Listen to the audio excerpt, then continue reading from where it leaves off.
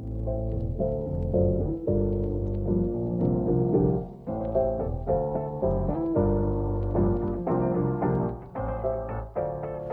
sekarang kita akan membahas tentang soal dari pengantar ekonomi makro, di mana dalam soal diketahui bahwa sebuah negara memiliki pendapatan sebesar 200 miliar, lalu konsumsi masyarakatnya sebesar 270 miliar, investasi di negara tersebut sebesar 50 miliar, dan angka penggadaian sebesar 2,5. Nah, di soal yang pertama ditanyakan buatlah fungsi dari konsumsi dan fungsi tabungannya. Nah, untuk mencari fungsi konsumsi kan rumusnya ini, C sama dengan A plus BY. Untuk mencari fungsi tabungannya S sama dengan min A plus buka kurung 1 min B tutup kurung kali Y. Nah, sebelumnya untuk mencari masing-masing fungsi ini kita harus tahu dulu berapa sih MPC atau MPS dari masing-masing fungsi tersebut. Nah, karena di sini tidak diketahui, jadi kita harus mencari tahu dulu. Nah, karena di sini diketahuinya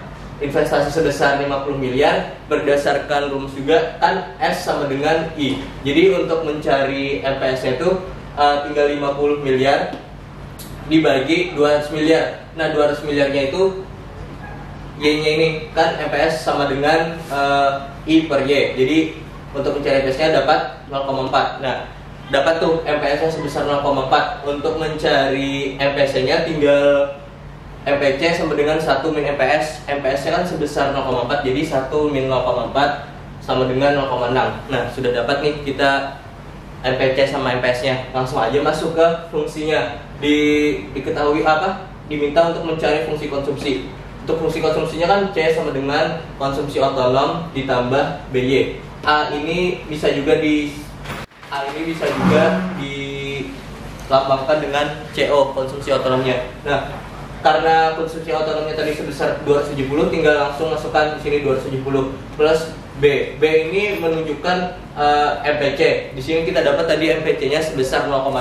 Jadi untuk fungsi konsumsinya itu sebesar 270 plus 0,6 Y.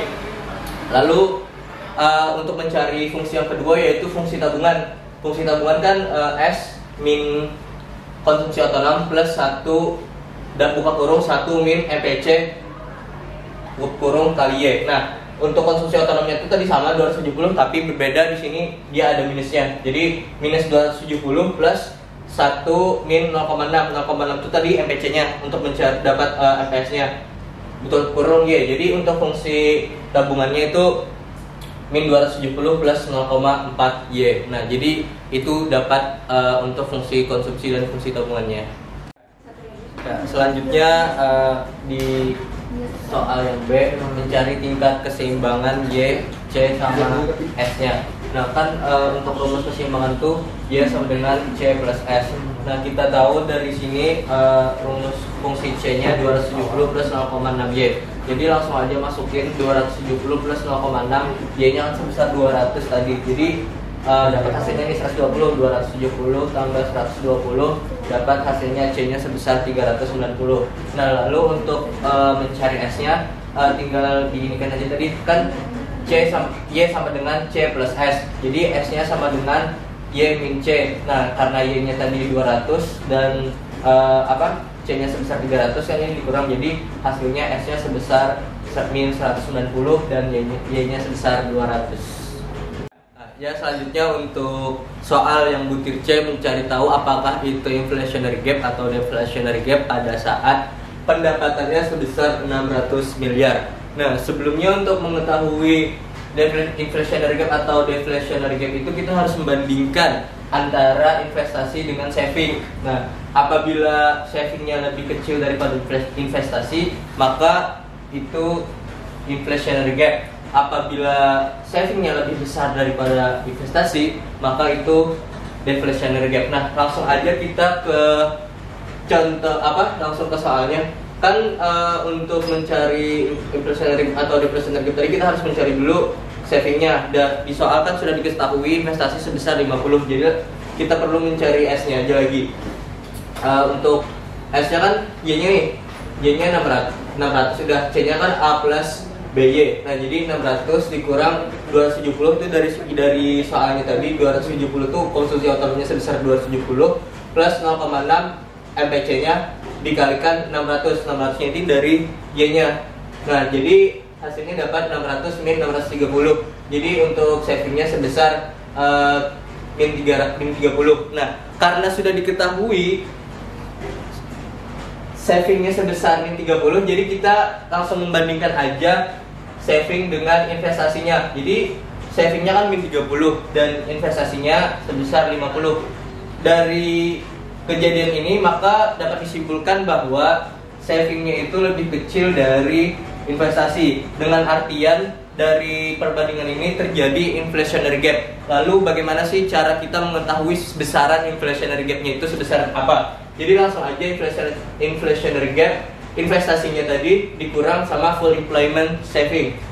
Investasinya sebesar 50 dan full employment savingnya sebesar 30. Jadi total inflationary gapnya sebesar 80.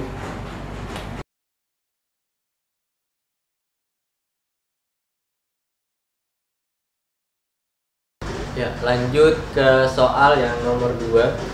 Diketahui fungsi shapingnya sebesar min 150 plus 0,25 YD.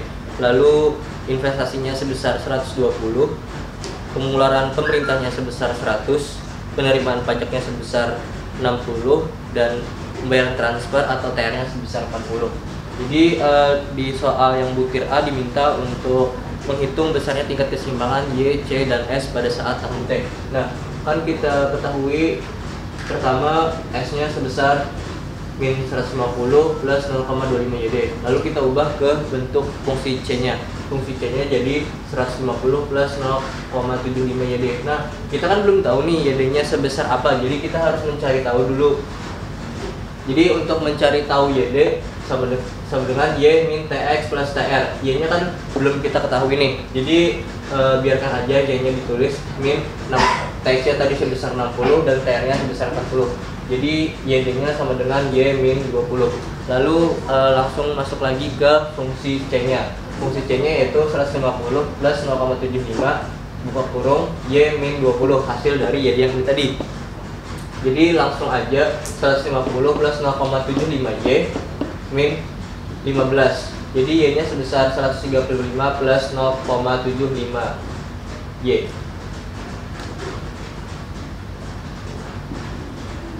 Nah, lalu untuk mencari tahu berapa sih besaran Y-nya itu, jadi kita mencarinya pakai rumus pengeluaran. Y sama dengan C plus I plus G. Nah, di sini kan Y-nya tadi sebesar ini.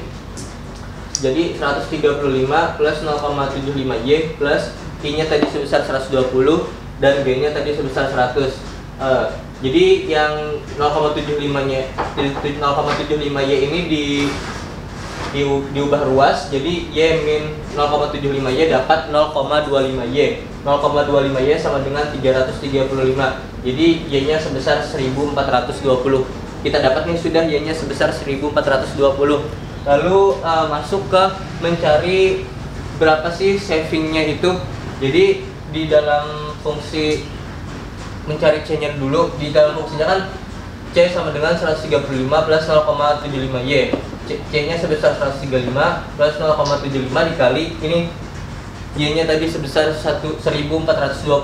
Jadi kita dapat C-nya sebesar 1200. Lalu untuk mencari S-nya kita tinggal masukkan yang rumus C tadi di S ini. Jadi min 135 plus ini kan MPS-nya jadi 0,25 Y sama dengan min 135 plus 0,25 kali 1420, dan kita ketahui S-nya sebesar 220. Jadi untuk mencari keseimbangannya Y-nya sebesar 1420, C-nya sebesar 1200 dan S-nya sebesar 220.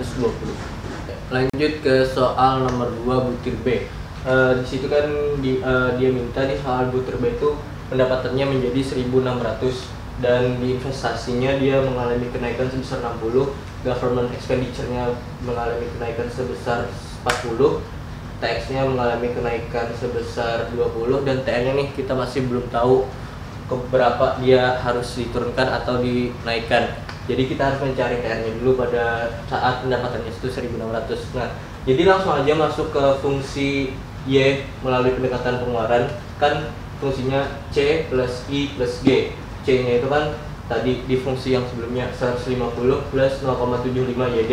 Nah, untuk mencari YD-nya kan ini rumusnya Y min TX plus TR. Jadi Y min 80 kita dapat dari sini TX-nya, TR-nya kita belum ketahui. Jadi tulis aja langsung TR. Nah, langsung aja lalu diklikkan 0,75 nih, jadi dapat min 60 plus 0,75 TR. Lalu I-nya sebesar 180 dan G-nya sebesar 140. Jadi dipindah ruas aja nih langsung yang 0,75 TR-nya ini 0,75 Y-nya ini, maaf. Jadi di sini 1Y min 0,75Y hasilnya 0,25Y sama dengan 410 plus 0,75 TR. Nah, tadi kan di soal dijelaskan bahwa pendapatannya sebesar 1.600. Jadi langsung aja nih 0,25 dikalikan 1.600 sama dengan 410 plus 0,75 TR. Jadi ini hasilnya 400 sama dengan 410 plus 0,75 TR dipindah ruas kan, jadinya dapat min 10 nih, min 10 sama dengan 0,75 TR. Jadi TR-nya bisa didapatkan sebesar min 13,4. Nah, lalu kita nih mencari tahu berapa sih yang harus dinaikkan atau diturunkan dari jumlah TR yang segini. Kan dari kita dapat fungsi TR-nya ini segini 40 plus X. Langsung aja ke sini, TR sama dengan 40 plus X. TR-nya tadi kita dapat sebesar min 13,4. Jadi min 13,4 sama dengan 40 plus X. Jadi ininya dipindah ruas ke sini, jadinya min 53,4 X. Jadi dari soal di sini bisa kita dapat bahwa TR diturunkan sebesar 53,4. Baik, selanjutnya kita akan masuk ke soal nomor 2 bukir C. Yang di soal tersebut diminta untuk mencari keseimbangan C dan S yang baru apabila pendapatannya sebesar 1.600. Nah, kita langsung masuk aja kan. Di fungsi awalnya itu S sebesar minus 150 plus 0,25 YD, C-nya sebesar 150 plus 0,75 YD. Langsung aja nih masuk mencari YD-nya.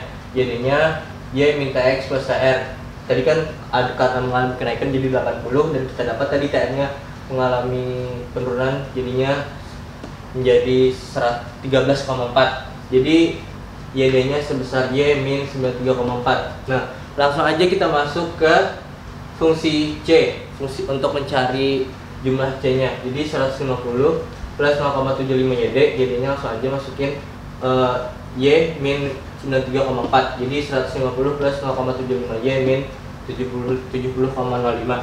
Jadi didapat nih 79,95 plus 0,75 Y.